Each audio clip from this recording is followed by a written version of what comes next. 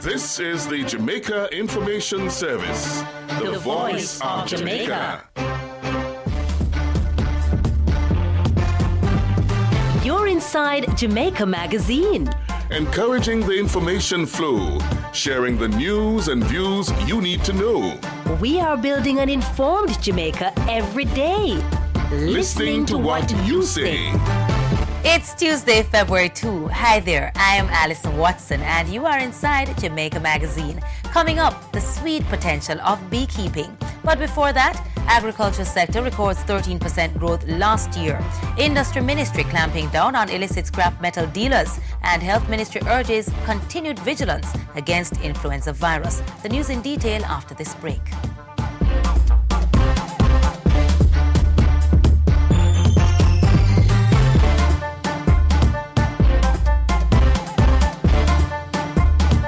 In 5, 4, 3, 2, 1, let's go! Radio. We'll have Caricom Pills and House Matters in our features package. And now the news, I'm Kevin Clark.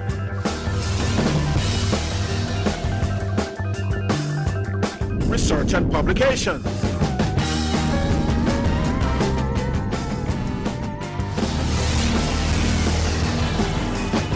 Television. It's Wednesday, October 28th. We've got a hot Jamaica Magazine. Welcome to another edition of Editorial and photography.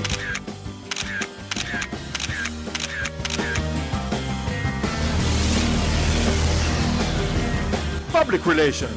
It is set to be the driving force of the agency.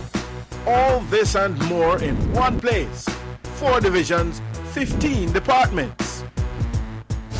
The largest organization of its kind in Jamaica, and I dare say in the English-speaking Caribbean. One strategic objective. Truth. Well told.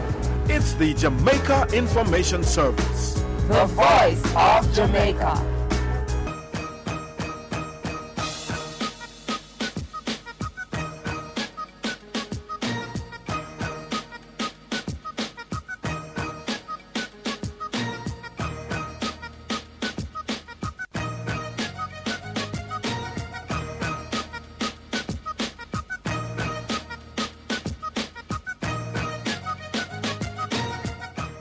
And now the news. Despite too little rainfall and continued global economic challenges, the agriculture sector experienced significant growth last year.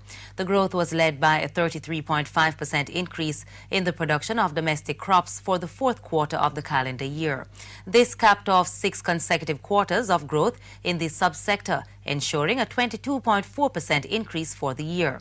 The data was officially released during a press conference at the Ministry of Agriculture and Fisheries this morning. For this quarter, we saw expansion in vegetables, some 40%, condiments, 63%, plantains, recovering, of course, from the tropical storm last year, 131%, potatoes, 23.5%, and yams 26.7%. In terms of the traditional crops, he says there was expanded reaping of sugarcane, 65,000 tons in the final quarter. Cocoa also recorded a 46% increase in production. Overall, for the year ending 2009, the agriculture sector saw a 13% increase over 2008. This was based on the primary production of 490,000 tons of food. And this volume of foods for this year is similar to what was produced back in 2003. What it suggests, therefore, is that the impact of the series of hurricanes that we have had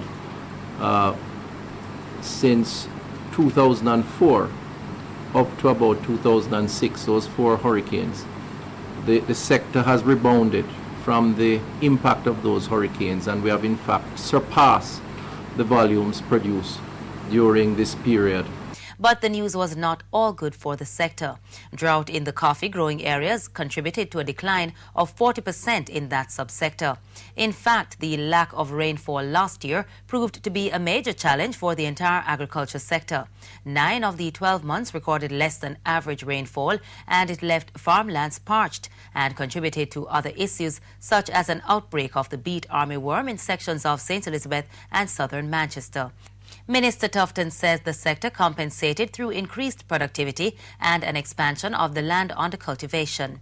The Agriculture Ministry is looking for the 2009 growth trend to continue this year. The Ministry of Industry, Investment and Commerce is having success in its efforts to clamp down on the illegal scrap metal trade. Yesterday, Minister Karl Samuda issued notices of suspension of licenses to 2 dealers. The suspension notices meant that neither dealer can operate business or engage in export. The action follows intensive police investigations into reports that both businesses are in breach of their permit to operate. The men are based in St. Catherine and Kingston. It is alleged that illegal scrap metal was removed from their premises. According to a statement from the ministry, on January 15, police recovered 567 water meters from one of the premises, while copper wires and pipes were recovered from the other. The items are believed to have been stolen from the National Irrigation Commission. On January 4, the Commission reported that it suffered a $12 million loss when thieves broke into its Port Henderson pumping station and stole cables and 2 motor control centers and extensively damaged metal fencing. It's just the latest act of pillaging of the country's infrastructure. Over the past 3 years, the illicit dealers have scrapped railway lines, copper wires and telephone cables for export. Losses in both the public and private sector have been put at millions of dollars. This action is a result of work by the Industry Ministry, the Police and Customs Department to monitor activities within the scrap metal industry. Persons acting in breach of the trade regulations face the possibility of arrest and jail sentence if convicted. Guilty persons can also be fined up to $3 million, have their stolen property confiscated, and their trade licenses revoked. The Ministry of Health is again reminding persons to protect themselves against the spread of influenza viruses. Jamaica is still in the flu season, and the ministry says this is likely to mean an increase in the number of cases of seasonal influenza and influenza A H1N1. Persons are urged to continue to follow the recommended hygiene measures to protect against infection. These precautions include washing hands frequently with soap and water or using an alcohol-based hand sanitizer. Also, cover your nose and mouth when sneezing or coughing. Meanwhile, those considered to be in the high-risk group should seek medical attention immediately if they develop flu-like symptoms. These include persons with chronic conditions such as diabetes, hypertension, obesity and asthma, pregnant women and children under 5 years old. Jamaica has 196 laboratory-confirmed cases of the influenza A H1N1. The number of reported deaths from the virus remains at 7. The Jamaica Social Investment Fund, JSIF, is providing $34.4 million to carry out a major road rehabilitation project in the rural community of Maryland in St. Catherine. The entire cost of the work is $36 million. The Maryland Citizens Association will be contributing $1.8 million, while JSIF's funding comes through a grant from the European Union. The U.S.-based company, Contracts Enterprises Limited, has been awarded the 4-month contract. It involves repairing 3.5 kilometers of roadway. The Northeast St. Catherine community is home to approximately 420 residents, most of them farmers.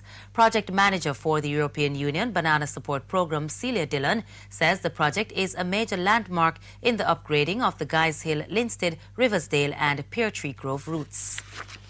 The Companies Office of Jamaica, the COJ, is on the move to get more companies to take advantage of its amnesty. Until February 26, charitable organizations can file their outstanding returns at reduced rates. A mobile team has been traveling from parish to parish to bring that message to more entities.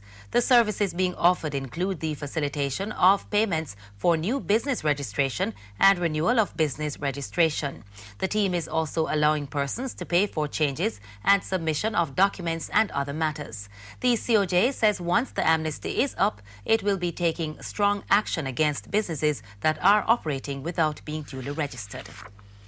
Jamaica has joined the rest of the world in observation of World Wetlands Day. The National Environment and Planning Agency, NEPA, put on several activities throughout